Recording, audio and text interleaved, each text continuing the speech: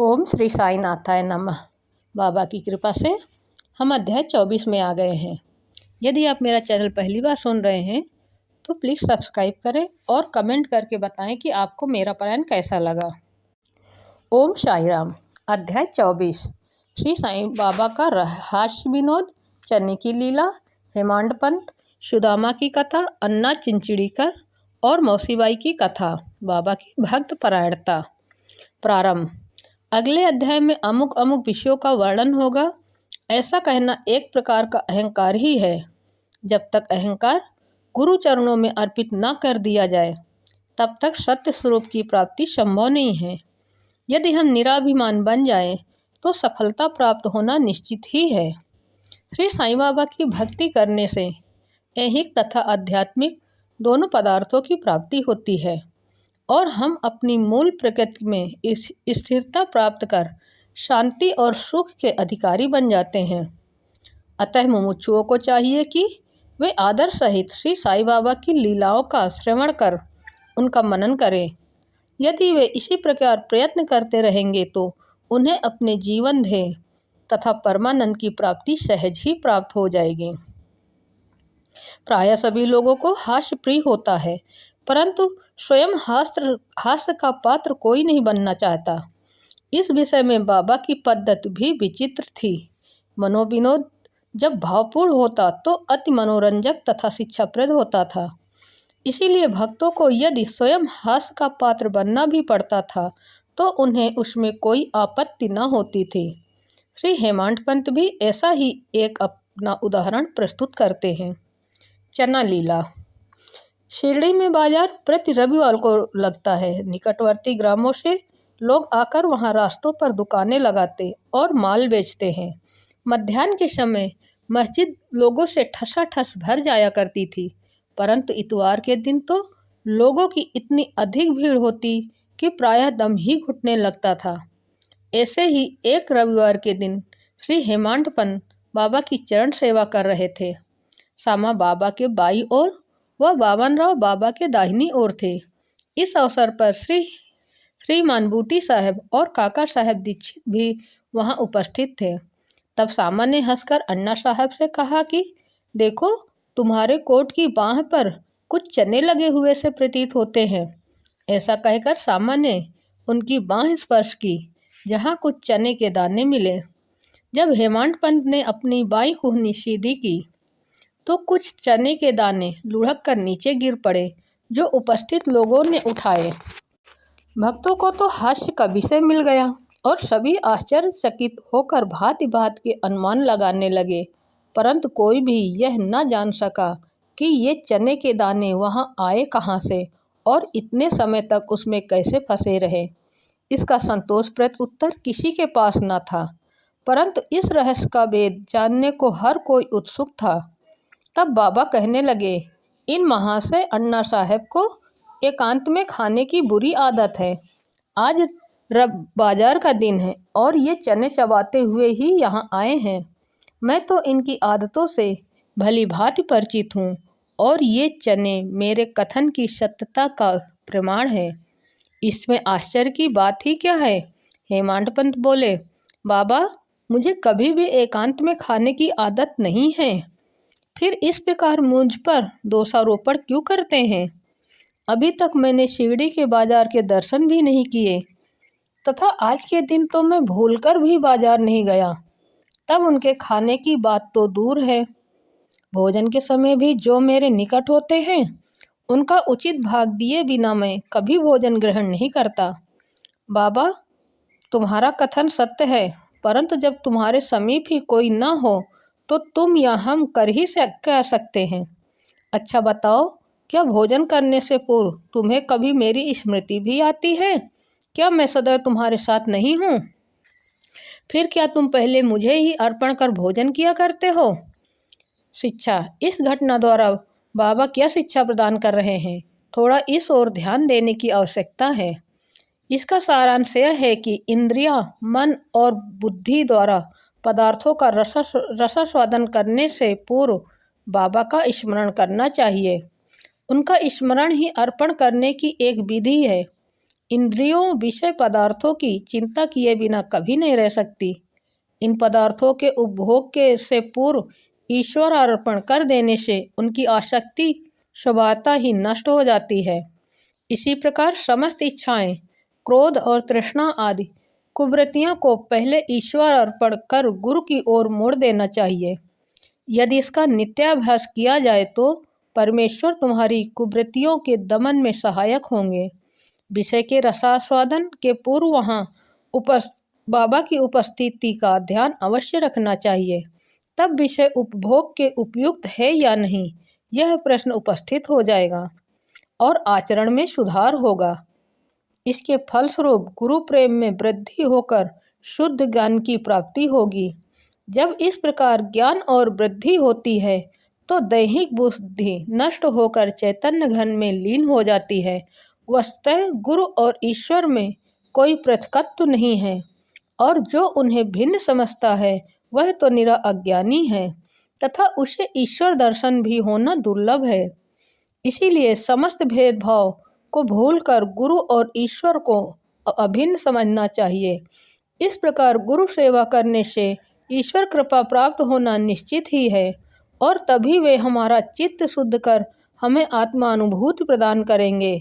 सारांश यह है कि गुरु को पहले अर्पण किए बिना हमें किसी भी इंद्रिय ग्राह्य विषय का रसास्वादन नहीं करना चाहिए। इस प्रकार अभ्यास करने से भक्ति में उत्तरोत्तर वृद्धि होगी।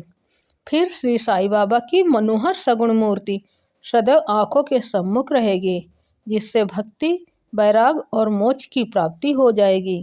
ध्यान प्रगाढ़ होने से क्षुधा और संसार में अस्तित्व की विस्मृति हो जाएगी और सांसारिक विषयों का आकर्षण स्वतः नष्ट होकर चित्त को सुख और शांति प्राप्त होगी। सुदामा की कथा।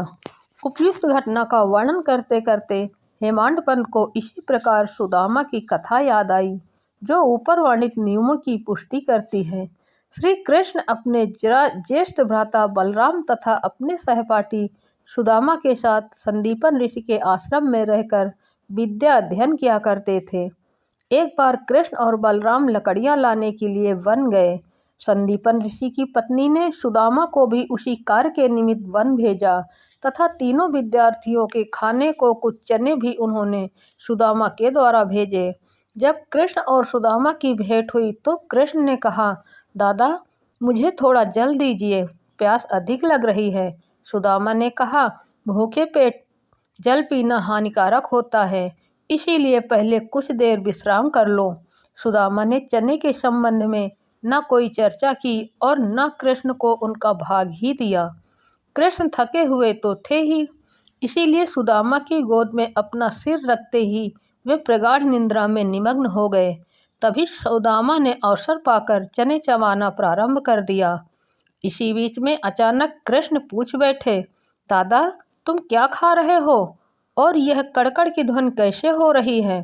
सुदामा ने उत्तर दिया कि यहाँ खाने को है ही क्या, मैं तो शीत से काँप रहा हूँ और इसीलिए मेरे दांत कड़कड़ बज रहे हैं। देखो तो मैं अच्छी तरह से विष्णु सहस्त्र नाम का भी उच्चारण नहीं कर पा रहा हूँ। यह सुनकर अंतर्यामी कृष्ण ने पूछा, दादा मैंने अभी स्वप्न में देखा कि एक व्यक्ति दूसरे की वस्तुएं खा रहा है। जब उससे इस विषय में प्रश्न किया गया तो उसने उत्तर दिया कि मैं खाक धूल खा रहा हूँ। जब प्रश्नकर्ता ने कहा, ऐसा ही हो, एवं अस्तु दादा, यह तो केवल स्वप्न था। मुझे तो ज्ञात है कि तुम मेरे बिना अन्न का दाना भी ग्रहण नहीं करते, परंतु श्रम के वशीभूत होकर मैंने तुमसे ऐसा प्रश्न किया था। यदि सुदामा किंचित मात्र भी कृष्ण की सर्वज्ञता से परिचित होते तो वे इस भांति आचरण कभी न करते। श्री कृष्ण के लंगोटिया मित्र होते हुए भी सुदामा को अपना शेष जीवन दरिद्रता में व्यतीत करना पड़ा, परंतु केवल एक ही मुट्ठी रूखे चावल पोहा जो उनकी स्त्री सुशीला ने अत्यंत परिश्रम से उपार्जित किए थे, भेंट करने पर श्री कृष्ण बहुत प्रसन्न हो गए और उन्हें उसके बदले में स्वर्ण नगरी प्रदान कर दी। जो दूसरों को दिए बिना एकांत में खाते हैं, उन्हें इस कथा को सदैव स्मरण रखना चाहिए। श्रुति भी इस मत का प्रतिपादन करती है कि प्रथम ईश्वर को ही अर्पण करें तथा उच्छिष्ट हो जाने के उपरांत ही उसे ग्रहण करें। यही शिक्षा बाबा ने हास्य के रूप में दी है। अन्ना चिंचड़ीकर और मौसीबाई। श्री हेमांड पंत एक दूसरी हास्यपूर्ण कथा का वर्णन करते हैं जिसमें बाबा ने शांति स्थापन का कार्य किया। दामोदर घनश्याम बावरे उपनाम अन्ना चिंचड़ीकर बाबा के भक्त थे। वे सरल, सुदृढ़ और निर्भीक प्रकृति के व्यक्ति थे। वे निडरता पूर्वक स्पष्ट भाषण करते और व्यवहार में सदैव नगद नारायण से थे। यद्यपि व्यवहारिक दृष्टि से वे रूखे और असहिष्णु प्रतीत होते थे, परंतु अंतःकरण से कपटहीन और व्यवहार कुशल थे। इसी कारण बाबा उन्हें विशेष प्रेम करते थे। सभी भक्त अपनी अपनी इच्छा अनुसार बाबा के अंग अंग को दबा रहे थे। बाबा का हाथ कठड़े पर रखा हुआ था। दूसरी ओर एक वृद्ध विधवा उनकी सेवा कर रही थी जिनका नाम बेड़ूबाई कौजलगी था। बाबा उन्हें माँ शब्द से संबोधित करते तथा अन्य लोग उन्हें मौसीबाई कहते थे। वे एक शुद्ध हृदय की वृद्ध महिला थी। वे उस समय दोनों हाथों की उंगलियां मिलाकर बाबा के शरीर को मसल रही थी। जब वे बलपूर्वक उनका पेट दबाती तो पेट और पीठ का प्रायः एकीकरण हो जाता था। बाबा भी इस दबाव के कारण यहाँ वहाँ सरक रहे थे। अन्ना दूसरी ओर सेवा में व्यस्त थे। मौसीबाई का सिर हाथों की परिचालन क्रिया के साथ नीचे ऊपर हो रहा था। इस प्रकार दोनों सेवा में जुटे थे और अनायास ही मौसीबाई का मुख अन्ना के अति निकट आ गया। मौसीबाई विनोदी प्रकृति के होने के कारण ताना देकर बोली कि यह अन्ना बहुत बुरा व्यक्ति है और यह मेरा चुंबन करना चाहता है। इसके केस तो पक गए हैं, परंतु मेरा चुंबन करने में इसे तनिक भी लज्जा नहीं आती। यह सुनकर अन्ना क्रोधित होकर बोले, तुम कहती हो कि मैं एक बुरा व्यक्ति हूँ? क्या मैं मूर्ख हूँ? तुम खुद ही छेड़खानी करके मुझसे झगड़ा कर रही हो। वहाँ उपस्थित सब लोग इस विवाद का आनंद ले रहे थे। बाबा का स्नेह तो दोनों पर था, इसीलिए उन्होंने कुशलतापूर्वक विवाद का निपटारा कर दिया। वे प्रेम पूर्वक बोले, अरे अन्ना, व्यर्थ ही क्यों झगड़ रहे हो? मेरी समझ में नहीं आता कि माँ का चुंबन करने में दोषी क्या है। बाबा के शब्दों को सुनकर दोनों शांत हो गए और सब उपस्थित लोग भी जी भरकर ठहाका मारकर बाबा के विनोद का आनंद लेने लगे। बाबा की भक्त परायणता। बाबा भक्तों को उनकी इच्छा अनुसार ही सेवा करने दिया करते थे और इस विषय में किसी प्रकार का हस्तक्षेप उन्हें सहन न था। एक अन्य अवसर पर मौसीबाई बाबा का पेट बलपूर्वक मसल रही थी, जिसे देखकर दर्शकगण व्यग्र होकर मौसीबाई से कहने लगे कि माँ, कृपा कर धीरे धीरे ही पेट दबाओ। इस प्रकार मसलने से तो बाबा की अतड़ियाँ ही टूट जाएंगी। वे इतना कह भी ना पाए थे कि बाबा अपने आसन से तुरंत उठ बैठे और अंगारे के समान लाल आंखें कर क्रोधित हो गए। साहस किसे था जो उन्हें रोके। उन्होंने दोनों हाथों से सटके का एक छोर पकड़ नाभि में लगाया और दूसरा छोर पास वाले खंभे को लगा के उसे पेट से धक्का देने लगे। सटका सोटा लगभग 2 या 3 फुट लंबा था। अब ऐसा प्रतीत होने लगा कि वह पेट में छिद्र कर प्रवेश हो जाएगा। लोग भयभीत हो उठे कि अब पेट फटने ही वाला है। अब बाबा अपने स्थान पर दृढ़ हो उसके अत्यंत समीप होते जा रहे थे और प्रतिक्षण पेट फटने की आशंका हो रही थी। सभी किंकर्तव्य विमूढ़ हो रहे थे। वे आश्चर्यचकित और भयभीत हो ऐसे खड़े थे मानो गूंगों का समुदाय हो। यथार्थ में भक्तगण का संकेत मौसीबाई को केवल इतना ही था कि वे सहज रीत से सेवा शुश्रूषा करें। किसी की इच्छा बाबा को कष्ट पहुंचाने की न थी। भक्तों ने तो यह कार्य केवल सावधानता से प्रेरित होकर ही किया था, परंतु बाबा ने तो अपने कार्य में किसी का हस्तक्षेप कण मात्र भी न होने देना चाहते थे। भक्तों को आश्चर्य हो रहा था कि शुभ भावना से प्रेरित कार्य दुर्गत में परिणत हो गया और वे केवल दर्शक बने रहने के अतिरिक्त कर ही क्या सकते थे। भाग्यवश बाबा का क्रोध शांत हो गया और सटका छोड़कर वे पुनः आसन पर विराजमान हो गए।